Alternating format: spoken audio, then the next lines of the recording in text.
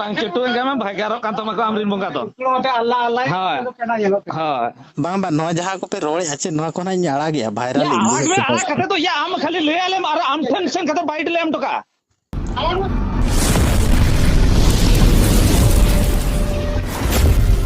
okoy bin me kana se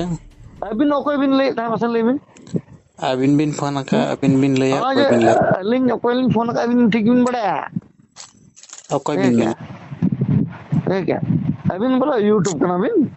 abin do chili kana video भी लड़ा कना तो bang abin बड़ा कना समाचार जत कना. abin do chili kana abin te abin mana link chili kana abin मुझे kana. link chili kana abin मुझे kana. abin YouTube bin देखा kana पर bang chet chikan te masa चिका तो बंगा अबिन पर अबिन ले कना हॉल वाला समाज जे बा हॉल माने गिदरा को दुल कना रास्ता ओना बाबिन ला कना okare ko dul ko kana ओकार को दुल कना अबिन पर YouTube कना अबिन बाबिन ला कना सांताल गिदरा को दुल कना हॉर रे हैं अबिन बाबिन ला कना हैं abin bin nyel daret ko हैं abin bin nyel daret ko kana abin bin benaw ke nang अबिन min menaw ka tal mata bin kana अबिन min menaw कना हॉल ये कुबुल कते bin करा कना ape hinang unko gider lagit pe bonga kya gonesh bonga kya pe अबिन ओकार बिन जनो gonesh bonga re pe bakhen kya hinang unko gider lagit bakhen le pe अबिन ओकार बिन gonesh जनो bonga re pe bakhen le ache gider lagit अबिन ओकार बिन जनो ला से कुली abin okare jan mol nam lai me अबिन ओकार बिन जनो ला Am अबिन ओकर ओला बिन school में जन्म ओला कासवा school में चलाओ कना इन कुली बिन नहीं am do school em sena kan che bam sena kana school re to ko layat me kan am do ola re bonga me sen katet bang am school re ko layat me tan che ola re bonga me am school re ko layat me am school re am ko metan metan master re metan metan ola re sen kate bonga me am बाबा में तन था school में am चलाओ babai metan metan che bai metan metan ona do bang am lay me am school re am ko metan metan che bonga me mente am Baba school re ko che metan इन में तन था am बाबा भेजाला ना सब am बाबा भेजाला ना am school baba jodi ame bhejalet me am do school re ko metan metan am bonga me mente am बाबा भेजाला ना सब इन कुली में am बाबा को जनो ना उन स्कूल में भेजाला ना सब am ajum me am do school re do bako lay kan me am bonga me school mente में am ओकल काम चेक क्या ओके आतम चेक क्या इन कुली में am do आदिवासी रम ताई को खान do आदिवासी ये तो बान ये क्या am banu me bujhe ar banu me rol hon bam pusto ya perwa kum nyu kal kan bujhe ya Mati am sala dunya bok do bay dorkar kana আমি কতল new কা বুঝাই क्या bok bok do bay dorkar kana ar apya jo pe role ache noan ha rol nyel pe apya chelaka disom hor ko ye pya या ओनागे बाबू apya इन jo कुली हापेना apya jo बड़ी बड़ी भाषा पे role ache noa ge apya choritroy dorsa ya okalakan hor kana ko tehin baha faram rin या बाबू ओनागे आले बा बाहा फराम whole कनाले या बाबू आमा यूट्यूब वाला कना से मसा आमा एड्रेस छुटी लेम inya address to chem jiga ama address bam lay ya ama address lay me ama address am lay me se dunia hor ko badai ma inya address to chem chike ama address in kulin me okoy kanam mente ona bam lay ya address che badai kate chem chike ya आले address मा मिल के तो माला के दो आले address तो बिना address तो माला का ar am okoy kanam in kulin me am lay ya bang ale am to amem lay ya okoy kanam do okoy kanam amin kulin me khanem lay ya inya address in kulin kana am okoy kanam inya address kuli wala okoy kanam manang lay me se inya address in kulin kana bang inya address तो माला का तो am Ramdhan okoy kanam manang lay me tapre inya address in lay ma che bain lay ma या इन बाबू रामधन कने इnya address तो माला का माने इन कुलीन में acha ramdhon kanam to be ba बस रामधन कनम माने नितो बुझे के रामधन कनम और रामधन कनम बाहा फारम रेनी गोडेत कनम अदो चल कन माला क्या तो गुगली करे चल माने माने नो लेन में से बाहा फारम रेन गोडेत कनम चे बांग कनम बांगा इन गोडेत बिन गाना आम चल का गोडेत बांग कनम अरे आमगे इनखान दो आमगे मुरुत हरता करता दो ना गणेश बंगार नि हरता करता दो मुरुत थोड़ आमगे इन मोहदन बिन मोहदन am paling mata me nya arah ju midi ka khan do in ama arah se bunya hala in bala sake in bain bala sake jodi am bisti me nokam role ya nyel be new bul kate jodi bisti nokam role ama nomor hoin publica phone phone te ekdom jibon sara ko hairan me abara inya anyam me public me chet ho minta kana public me joto public me ar batakan nyama to ठीक बार गया टका nyam nyama ket 15 बुझे टका क्या nyam ket बा ona sala do ape miteng ओना jahan leka pe kami kana बा miteng adivasi या संस्कृति नोता भितर रे हिंदी आदिवासी संस्कृति हम पे आदिवासी संभाया kan dia लाजाव हम पे बुझाया नोता साला nyama बदमाश कहीं कर को संस्कृति बुझे क्या ध्वंसकारी कहीं कर को लाजाव या पे बुझाया मिटeng या आदिवासी apa संस्कृति ke भितर laga रे bunuh tapi हिंदू ya संस्कृति पे बुझे संभाया क्या या आम लोग लाजाव मैंने पे जो बुझाया apa मिटeng अतुरिन मुळु थोड़ा कना पे अतुरिन हाँ गोडेत कना पे लाजाव पे बुझाया मिटeng एटा धरो एटा होड़ा बोंगा बुरु आपो संस्कृति ते पे आदरिया लाजाव पे बुझाया amak laga साला tahan न्यू lah बुल करते bang पे माताल amak कनम रोड बम पुष्टो दाड़िया कना notanya me अरे amak laga गलमारा tahan तला lah इन साला amak laga tahan lah रामधनो कनम ओंडे गोडे notanya me तकनम अतुरे मीटिंग amak laga गोडे tahan lah तकनम अतुरिन मुळुत होड़ कनम मुतुल खुंटी Hah? कनम और मीटिंग एटा धर्म रना बोंगा बुरु आमेम संभाया आमा संस्कृति रे मीटिंग आदिवासी संस्कृति रे लाजा बम बुझाय notanya me आरम जुक्ति केना इंसला परवन्यु कते चला बन जुक्ति है am laga tahan lah tama Etah होड़ा Hah? संस्कृति Hey, मादेरे आबा notanya संस्कृति me रे eta orang tu लाजा mana बनुआ तम शरम बनुआ माताल का पे notanya पे माताल चाबा amak कना dulu पूरे पे mana बर्बाद amak चाबा laga कना बुझाय tahan छे tu nuka kena जहां bujuk ya लकाम रोळया पूरे चला बर्बाद बन चाबा rola ya कना परवन्युर कते तेहेजम रोळया बुझाय छे gapain परवन्यु कते rola जहां लकाम रोळया रोड धम बाय notanya me पुष्टो कना not नाम gapain rola बाड़ाय में gapain मिटंग rola ya अतुरिन am chalain rola मुळुत Khunti के मुतुल खुंटी कनाम अतुरिन मिटंग मुळुत होड़ कनाम आम मिटंग अतु ओकालका सुलुक सगै ताहेना अब कल्चर संस्कृति बांचाव दोहो आ नोआ हिनंग उयहर कथा आम हिंदू संस्कृति अगु कतेम संभाया आर जुक्ति या नोडे है इन सला लाजा balm बुझाया actually laja do am ge dorkar bujhe kya ale do balo laja आपे आपे लाजा निर्लज कना पे ओना तकिन ya मेने ape निर्लज कना पे बापे लाजा बेलज्जा कना पे बुझाय छे notanya निर्लज्जा me कना पे बापे लाजा आर पे जुक्ति कना परवन्यु कते नोय नितंग रोड हो बाम पुष्टया नोआ हो बाम ठिकय परवन्यु कते जुक्ति कना तिने बदनामो चिकय आपे Salang रोपड़ा notanya me okol lagi lenyuka am lagi lenyuka अच्छा am nak nom rost ka to lenyuka अच्छा ona ge इन दिन रोस्ट के दे इन दिन मेन के ओंडे तो न्यूज पेना मेनते Bang, और फोन पे hai. मेनते होय दो अभी नकोय बिन मेन था Ha, linya upru na bin yang dia na. Ala bin yente. Bin yang kya. YouTube bin korai ato. Santal Yes, samaj bin layu kana. होय अदो चिकाय ना मसे Cika ada banga ya YouTube do santal ko korai lase diku korai ka masle bin. Abin para khanti santal bin layu kana. बांगे चेत Bangun do kana. Abin lay bin YouTube do ka bin iyu ya masle bin. YouTube do apa?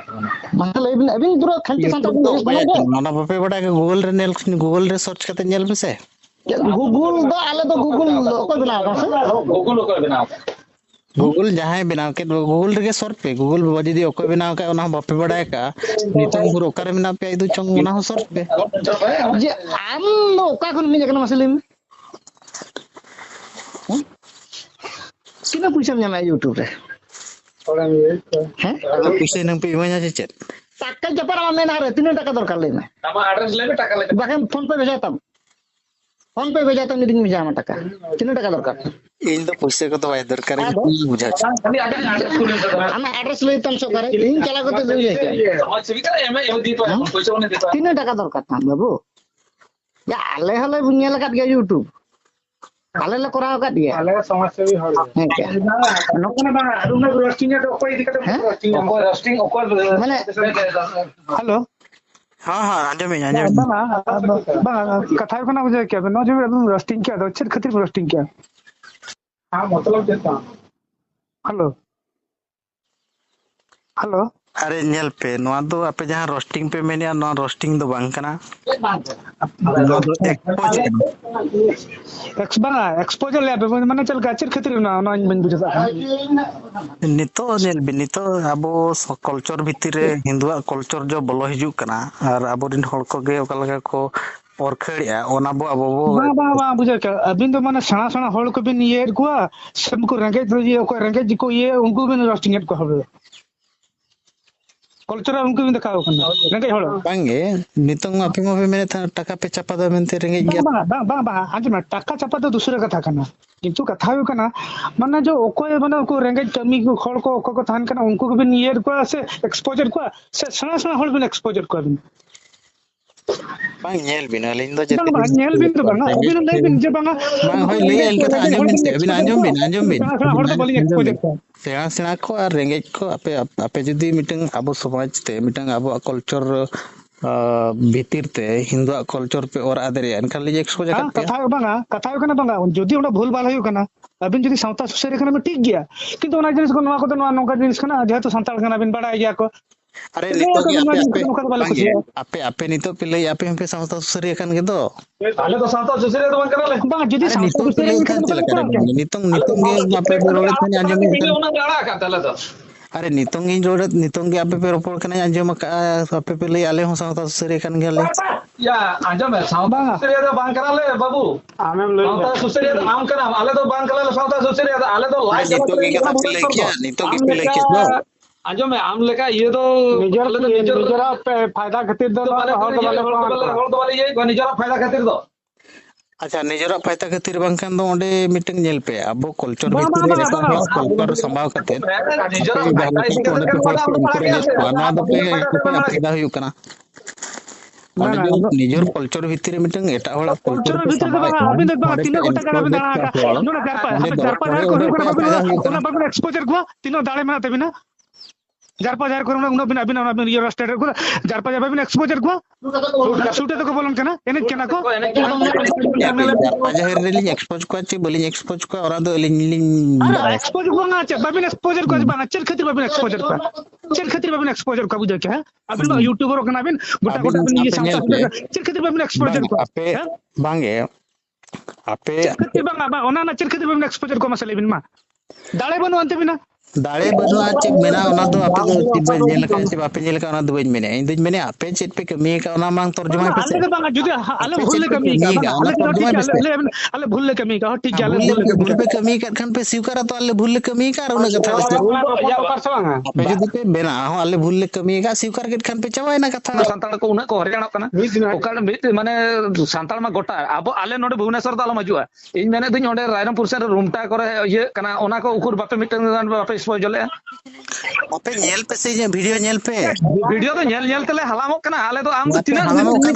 कथा बापे रोड़ा तिना दिन रे गिद्रे कना या आम तो जदी वीडियो नेल का हलामो कना इनका तो बापे मेना हिडंग रूमटा कथा जहां पे मेने रूमटा ना वीडियो नेल पे से कोई मांगे एक्सपोज ले नेला लाटा थाना चश्मा हरो का बुझे क्या वीडियो को लाटा चश्मा हरो का कना चल का बुझे क्या